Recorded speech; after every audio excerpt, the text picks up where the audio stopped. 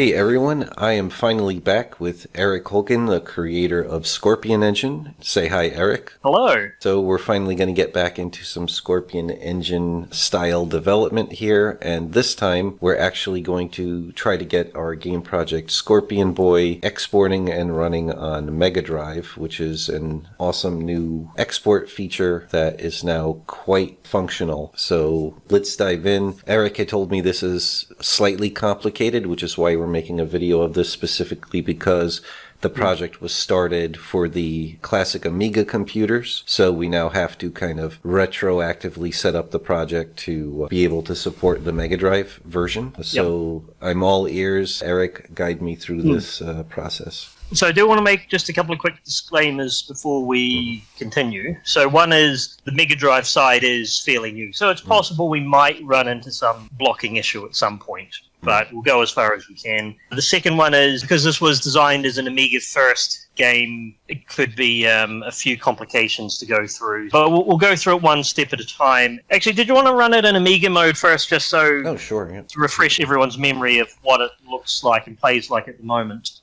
Yep. There we go. So this has a little signpost that can guide the player, and typical platforming controls. I can actually bounce off to get up here. I think because I'm screen sharing, there's a little bit of lag, but that is not the fault of Scorpion Engine. The game typically runs extremely smoothly.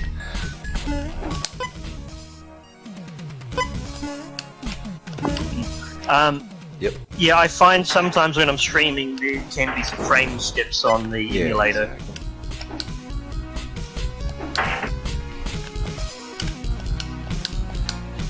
I guess I'll actually play it to the end of the demo level.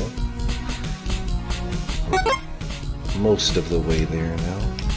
So you can reflect shots from enemies, and I used it to spawn that bridge here by triggering that node up there.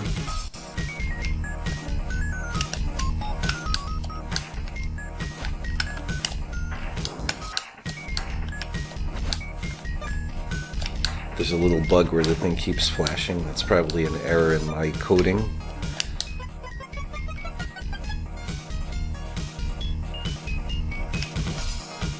That just loaded in the boss. Yep. I can't remember seeing that load icon before. That's really cool. Oh, thanks. I think I stole it from Metro Siege and just gave it a quick edit to match the graphical style and palette of this game. Oh, yeah. But yes, and if that's the case, I think originally it was John Takiris, another pixel artist for Metro Siege and the musician of Metro Siege. But anyway. Alright, cool. So yeah, and then it just wraps around, so that's how the demo looks. So let's see if we can get it running on MegaDive. Yep. Alright. Okay, so if you go to Platform and select MegaDive from the list, that's the first thing to do. Alright. Did that create a folder? Yeah, that would have created a folder underneath the platform assets if there's any items that you only want for this version of the game. So you may want to do some different graphics for Amiga and MegaDive to take advantage of the relative strengths. Yeah, exactly. And I do have some graphics set up for that, so I guess we should do that right off the bat, get those into the appropriate folders. Does that make sense?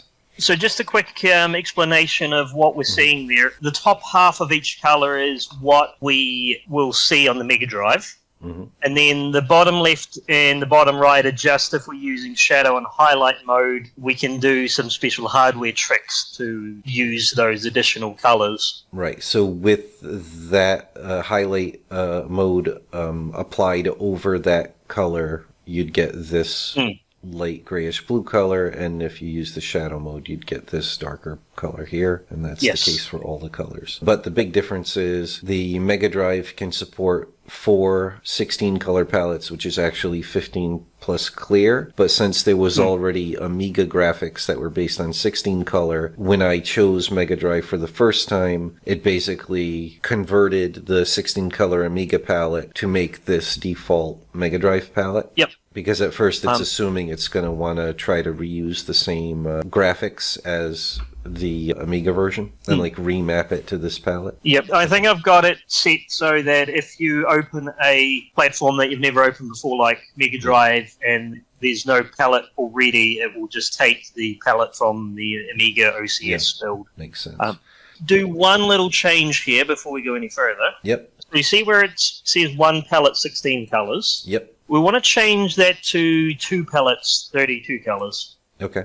And so what you should have in the bottom half is your sprite colors, but I think maybe it's taken the colors from your... so are those the sprite colors, or are those the expanded version colors? Yeah, they are used partially for sprites, but also in the foreground of the, what I call enhanced Amiga version, which is 32 color mode, but still uses OCS and ECS color graphics. Don't worry, anyone that's here for the MegaDrive side, you don't need to understand any of that. That's Amiga-specific stuff. Yep. And I did design a palette for MegaDrive specifically for the new graphics I made, which uses 3 of the 16-color palettes. Oh, yeah. But for now, for testing, do you want me to keep it like this and try running it? Or like, worst-case scenario, obviously some colors are just going to be wrong. Yeah, that's fair enough. Well, if you want to run it now... All right, so I installed this emulator just moments before this recording session, so I'm going to have to presumably tell it where the emulator is. Oops, no, first, cannot compile line code block down stab, cannot compile attack, line 1 unknown error parsing attack. Any idea what might be causing that? Well, if we have a look at that code block, so that's the first line of down stab. Okay. But maybe there's an animation or something that's not in a... MegaDrive folder, or inline entire code block state to attack into here. Yeah, let's have a look at that state to attack. So what is attack? Do we have a variable called attack? You would think we could maybe switch back to the Amiga side to work out what attack means. Okay. So projects, platform, and platform. Amiga enhanced. There it is. Yep. All right. So, could I get you to where it says expression on the right? Expression, yep, attack. Yep, and then click the drop-down button, that one. Type attack in that filter there, and it should tell us what it is exactly. Oh, okay, all right. Attack is a sound, and we haven't imported the sounds into the MegaDrive version. We might be able to fix it reasonably quickly, depending how many sound effects you have. Right. Do you have, like, an audio editor, like Audacity? All right. So this should be a good thing to show in the video, just to show this is what we do to take our Amiga sounds and put them into MegaDrive. Absolutely. So let me get the project folder open. So I assume there's a folder probably called Sounds or something like that. Sounds. There we go. Yep. Okay. How many sounds? Not that okay. many. We just need to convert each of them to wave. Okay. So file, so just export as wave. As wave. And the same folder with the same name will be fine. All right. And just push in, and now you can save it as... And is this fine unsigned 8-bit? That should be fine. I think that's the same quality as the current... Okay, makes sense. So that will need to be done for all of them. Yep.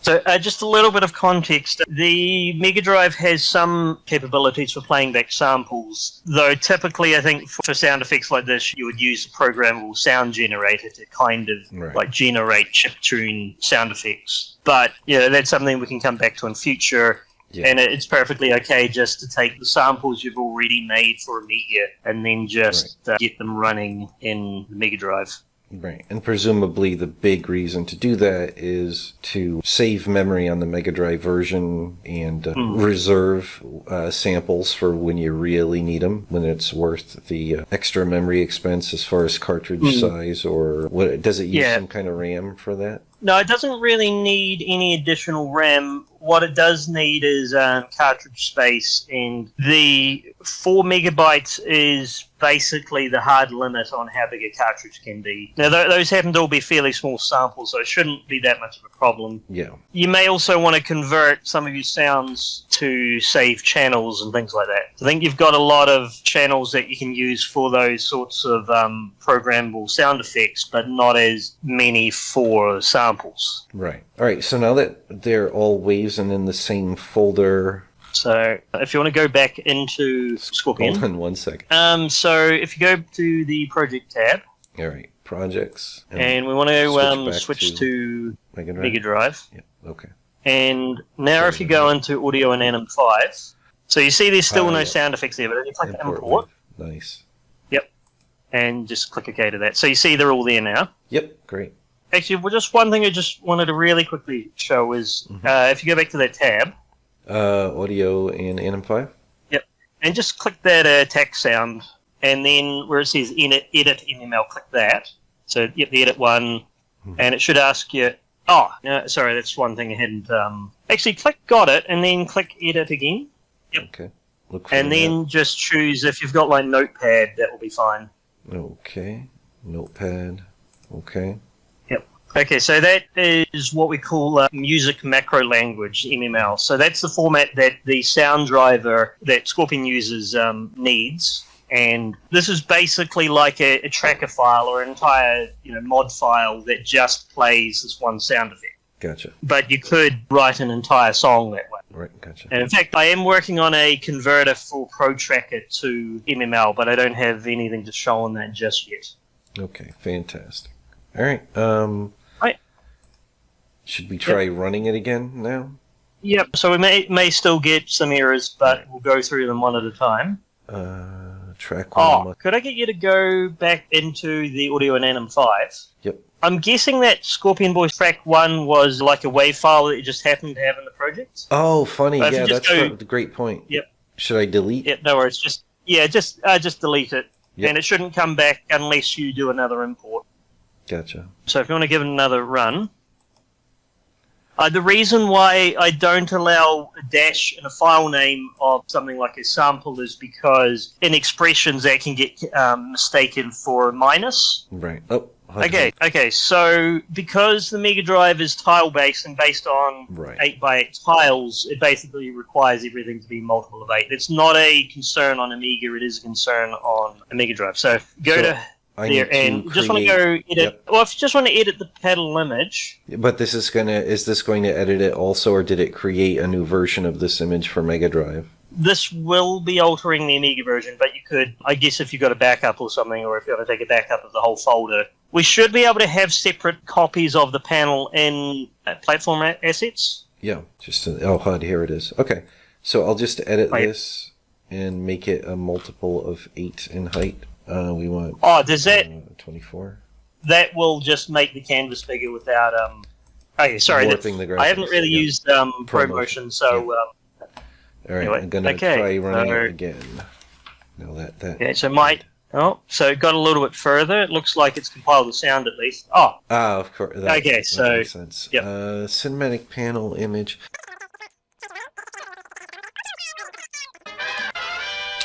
All right. And we'll try again. Oh, text panel height. It's called TalkPad. Yeah, that's probably the one. Right, yeah, that looks like it. Resize canvas and 24. 24. This one I can just scale since it's a solid color to save time. All right, let's try that again.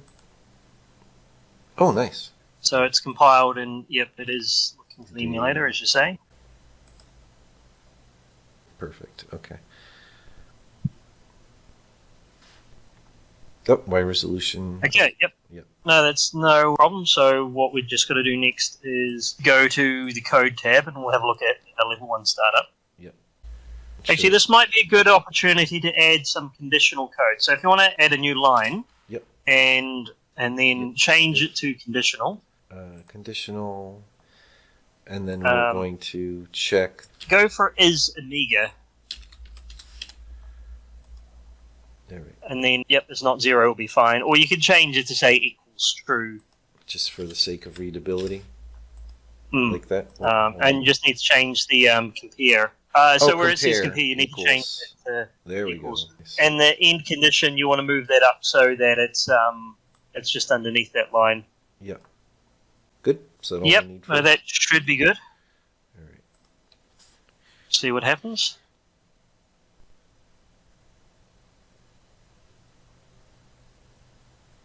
Ooh. Getting there. Now, the graphics survived quite well, the remapping for the foreground and the sprites. Mm. I think the buttons are mapped to... Oh, yeah, that doesn't do anything. Oh, I think it's X and C, I think, is... Oh. Yep, okay, so... Yep. Oops. Where is jump?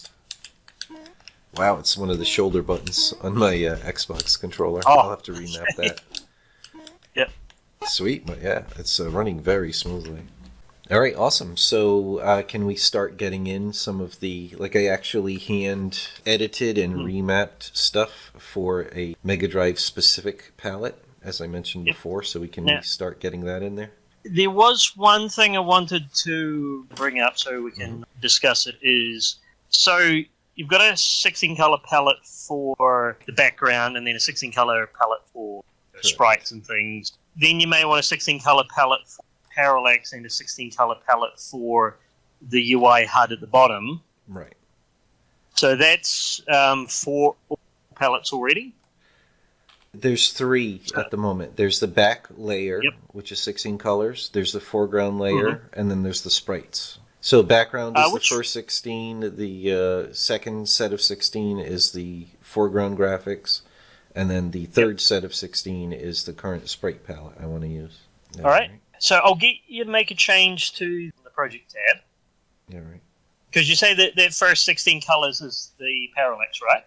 Yeah, the back layer. Shouldn't I change this 2 palettes 32 to 4 palettes 64? Because eventually I'm going to use that final other 16 color palette for other sprites as well. Sorry, I was just thinking through this. There may be something that I forgot to do in the editor, but for now, I'll get you to change the start palette line back to 0 and then change it to 3 palettes. Okay. Just one thing to bear in mind is you'll still want colors for the HUD, because we don't currently have any way to split the main palette from the HUD like we do on the Amiga side. Yeah, I would definitely just reuse the standard sprite palette for the HUD, so it's universal across the whole game, and it doesn't waste a whole 16 color palette just for the HUD. Yep, no, that sounds good.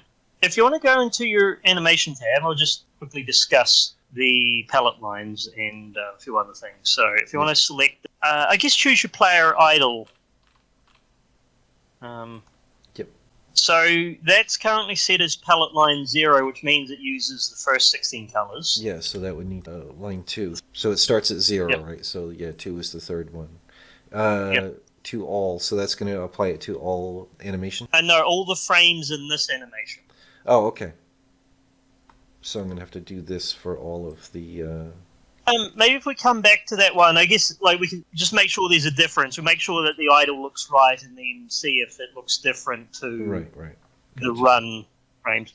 Just one other thing I wanted to mention in this is in the tick box near the top right, which says streamed, and that's set as true by default for everything. So what that means is there's very, very little graphics memory in the MegaDrive. There's only 64 kilobytes.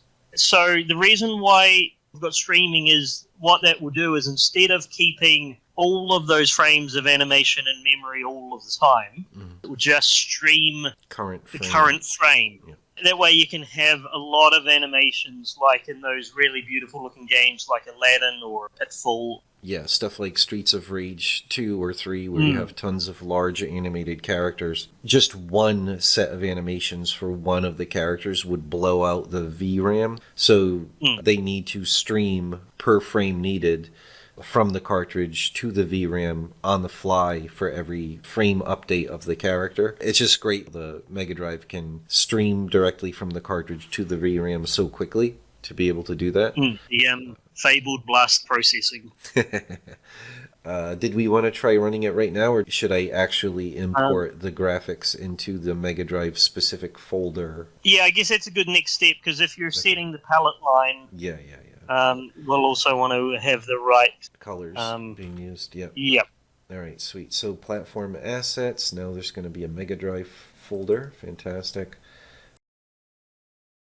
And then I'm going to have to rename the tile set to exactly match the name for the other formats. So let me look at what that is. All right, so I'm just going to rename to grab the name and then rename this the same. All right. And then go back to the MegaDrive palette, or MegaDrive folder, drag that in here. And then what about MegaDrive palette? What is that useful? Is there a way I can get... if you go back into Scorpion, all right. And this is a fairly brand new feature. I don't think it's actually in the public branch, just the experimental branch. But if you go into Project, and then you've got Import at the top there. Nice. All right, so desktop. Yeah. So you can actually import the same palette onto itself if you wanted to copy a range of colors. But if you choose your MegaDrive palette, yep. Okay, so from index 0 to index 0. Do I want to? Oh, okay, yep, that makes perfect sense. And then you want 48. 48. Got it. Awesome. I think that was all the graphics except for the back parallax we'll get to later. I suppose for now, should I put that in the MegaDrive folder, the back layer image? Yeah, you may as well do that. All right. All right, cool. So should I try running it again? Yep. Give it a go. Oh, definitely not using the right palette for the tile map, which is interesting. Now what? Yep. Sorry, the tile map was what, the second 16 colors? No, yes, exactly. Okay, so we will need to edit the, if you go maps and your tile set, I guess it's big map? Big map, there we go. Yep. Okay, so if you want to edit that tile set. Tile set. Okay. Okay, so if you want to select everything, I think you should be able to just do Control A, maybe? Yep. Oh, actually, click on just one of the individual tiles. I think it's given. Okay, and now do a select all. Tricky. Okay, so, yep. So you see that the palette line on each one is set to 0. So you want to set each one to 1. So we've got bottom left, bottom right, top left, and top right. And the reason for that is because each tile is the MegaDrive. Yeah. So we're using 16 by 16 tiles, but the hardware on the MegaDrive is 8 by 8. So I figured, well, why don't I allow people to use a different palette for all 4 corners if they need to?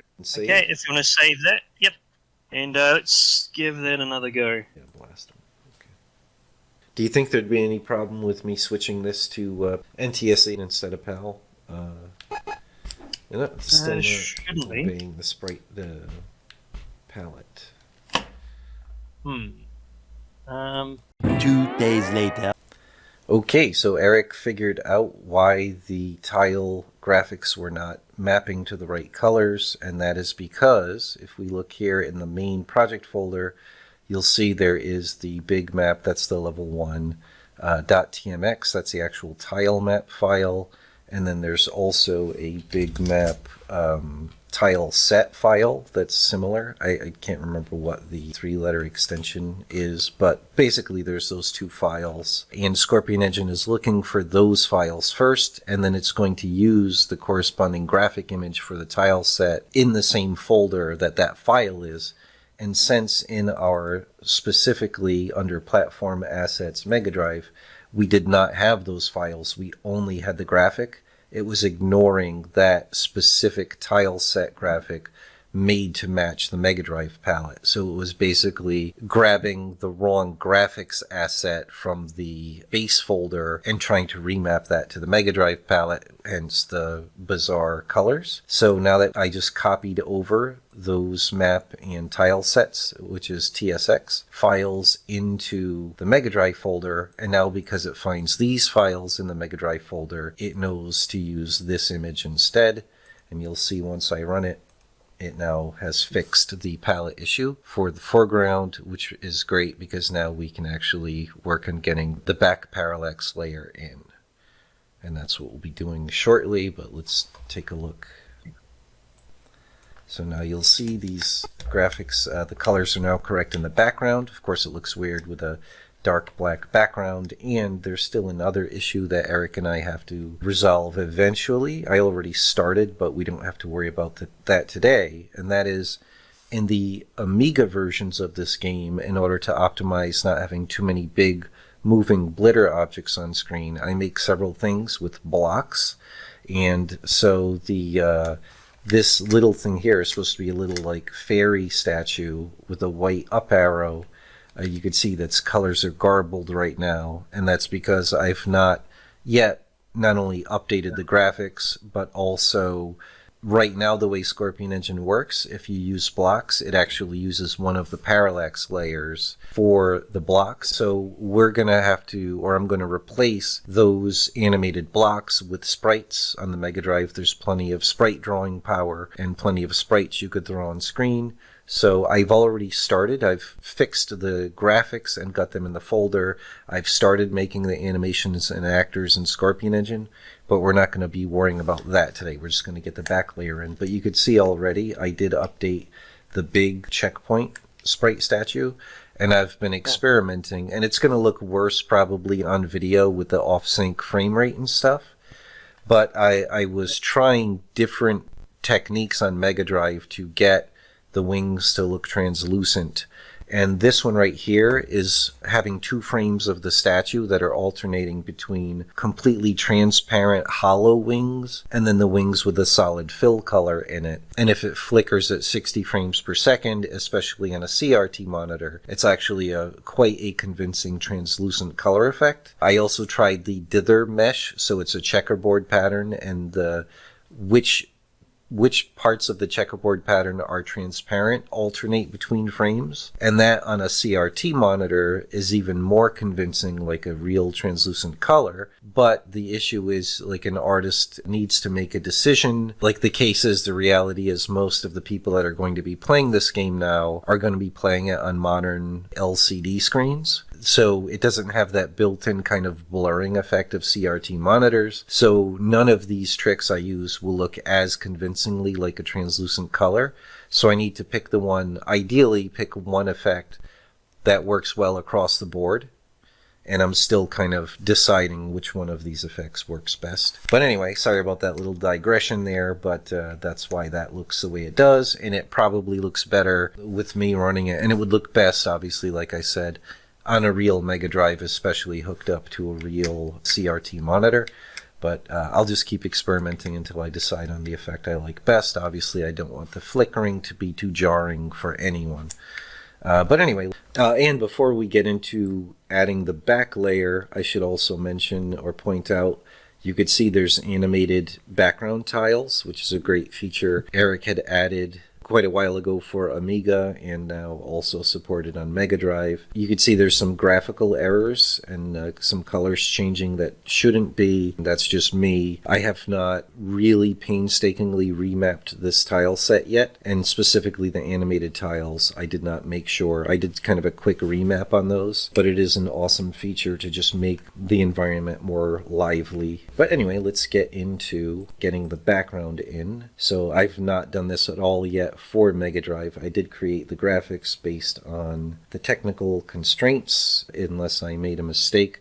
So you could see it's a 16 color, and the first color should be black, right, Erik? But I didn't... Yes, yeah, that's correct. Yeah, I think it is, except for in this single image. I think it just rearranged the palette. I probably saved it as for a bit. But in the real palette that we have preloaded into Scorpion. It's the same colors, it's just properly arranged, so I think it'll be fine. And if not, I know how to fix it. If you remember, the MegaDrive has 4 16-color palettes. The first index of each of those 16-color palettes is the background color, which is typically black. So you pretty much have 15 colors per 16-color palette to work with. And what I did to organize my project visually is the first 16 colors is the far background, and then the second set is the foreground, and then the third and fourth will be sprite palettes. So let's get back into Scorpion Engine, and all right, let me know what I need to do to get that background working in there, Eric. Okay, so this is a fairly new concept that's only for MegaDrive at the moment, but I do want to backport the feature into Amiga, is that we can add the parallax through the panel tab. Yep. Okay, so I'll go So if you want to go to panels, and we'll create a new panel, and it's asking for the image first. Okay, yeah. So you got to there. Platform assets, MegaDrive. There we go. And now I name it. So I'll paste that name in. And I should be able to save this also in specifically the MegaDrive folder, right? Yep. All right. And then I'll give this its own folder. New folder. We'll call this back layers. And save that in there. Sweet. So there's the background. Right. Is there So, any setting I need to... There's a couple of settings we need to change. So one is where it says main middle panel, you want to change that because it's actually MegaDrive Parallax. Nice. Also, the start palette line, I believe you wanted to have it as 0. Yep. Where it says Parallax X and Parallax Y, that's basically the amount of scrolling. So Right. at 0.5, it's going to scroll half as fast as a foreground layer. But since the Y is 0, it's not going to move up and down. Right. Well, I just changed that while you were talking. So, but we'll see. Yep. Obviously, this is all subject to change. We just want to get it in there and then decide what speeds. And then once Eric adds the feature, we will be doing the parallax slicing so that different layers, just like on the Amiga version, scroll at different speeds. But we'll do that another time. First, we just need to get it in there. And you can see it down at the bottom here. The idea here is going to be we're going to switch the Z order display priorities of the back layer to turn it into the front layer to make it even in front of the foreground graphics and the character sprites, theoretically, so that it's on top of everything. And that would be the fastest scrolling kind of extreme foreground layer. And obviously, if we can't get that technology to work, then I would just remove that and make more water going down here.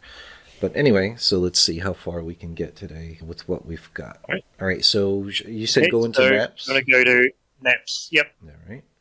And then your map level. Yep. And then you've just got parallax on the side, on the right side there. Nice. Very nice. And that's it. So you can see it there in the preview. Beautiful. It should just work within the game. Boy, does that look better. Without the black background there. Very nice. All right, let's see it running in game. Oh, back layer. Oh, must be indexed. Okay, no problem. While I'm at it, I might as well quickly shift that like that, remap, and file, save image as. And that's on my desktop, but I'll fix that in a moment. Oh, no, indexed PNG, save. Then I need to copy that into the right folder here. One moment, please. Let's see, MegaDrive and replace. All right, let's try that again. Oh, that's interesting, though. That does make sense. If it is index color, then it's going to get the palette directly from that, perhaps? Yes. And override this palette? Okay, which is perfectly fine. It's fixed now anyway, so it won't make a difference. Yeah, But so that's it's sort good of to know. designed so that like you might have a different parallax with a different set of colors on every level. Exactly. Sorry, yeah, so that was really just it, so that Nice. you could have different parallax in every level. Yep. All right, very cool. Whoa! All right, definitely something weird going on with the parallax. Yeah. Y. With the Y. Now I thought Got it. Maps. No panels. So we'll just set that to 0 for now. So I'm assuming that was a scorpion bug, since this is a very new feature on the Y scroll. It seemed like it was. Yeah. I haven't. Oh, I thought I had tested Nice. it, Yep. but I guess I hadn't. Right. But Or there maybe, you go. So that, very nice. I know I'm going to have to tweak. You could see how when I jump, you can see the water end there and the blackness. So that wouldn't work well with the thing I want to do. So I would have to lower the bushes more so that you only see, even if you jump as high as possible, you never see that that blackness back there. But that's just an art thing to do. But yeah, wow, this is starting to look really nice. Very cool. So the major thing. Yep, go ahead, Eric. I was just going to mention those blocks are cutting through the tile set, like. Yep. Yeah, absolutely, right here. Mentioned. But once those are no longer blocks on the MegaDrive and replaced with sprites, then that will be a non-issue.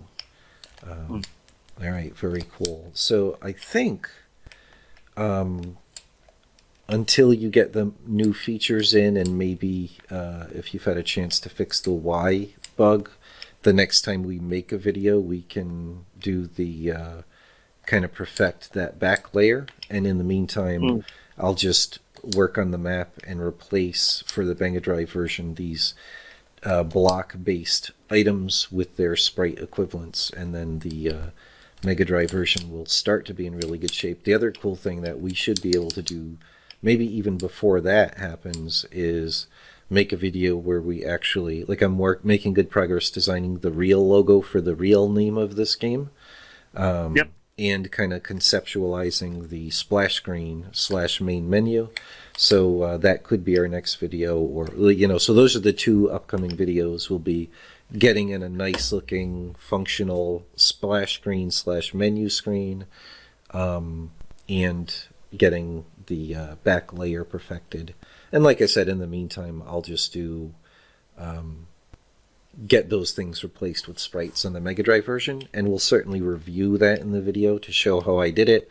And it is pretty cool. Erik has made it so that in the map editor, I can actually, might as well show you guys, give you a sneak preview of what's to come. But if I actually edit this map, okay, so you can see it's even got the animated tiles in the preview, which is really nice. But if I edit the map and I go to a particular layer, you could see now that the different platforms I created have little checkboxes. So this objects line here is set up to only have those objects on MegaDrive. So that's one of the ways I could do things. I could decide to actually just have a separate map file for each thing.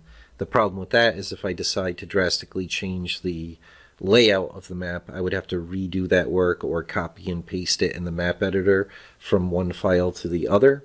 Or I could keep things better organized and have just one map file per level that works across all platforms.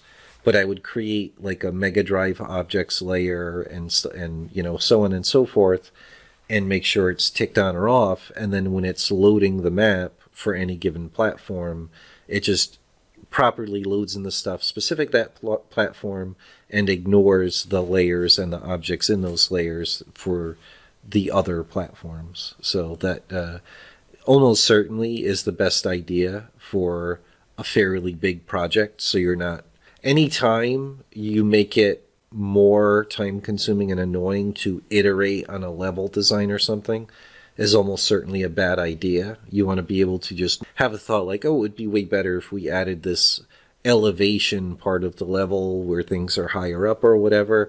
To have to redo that across several platform map files will make the game designer go, nah, it's not that important. And the each time that a gameplay designer goes, it's not worth the effort, that means you're probably going to end up with a less fun game than it could have been if iterating those things could have been so easy and fast that they would not go, oh no, it's not worth my time. But anyway, I guess that will be the closing thought for this video. We'll be back for another one pretty soon. Thanks very much for watching. If you enjoy our content and want to keep up to date on our games, please leave a like and subscribe. Also, if you want to support our projects, consider becoming a patron. The link's in the description, and we'll see you soon.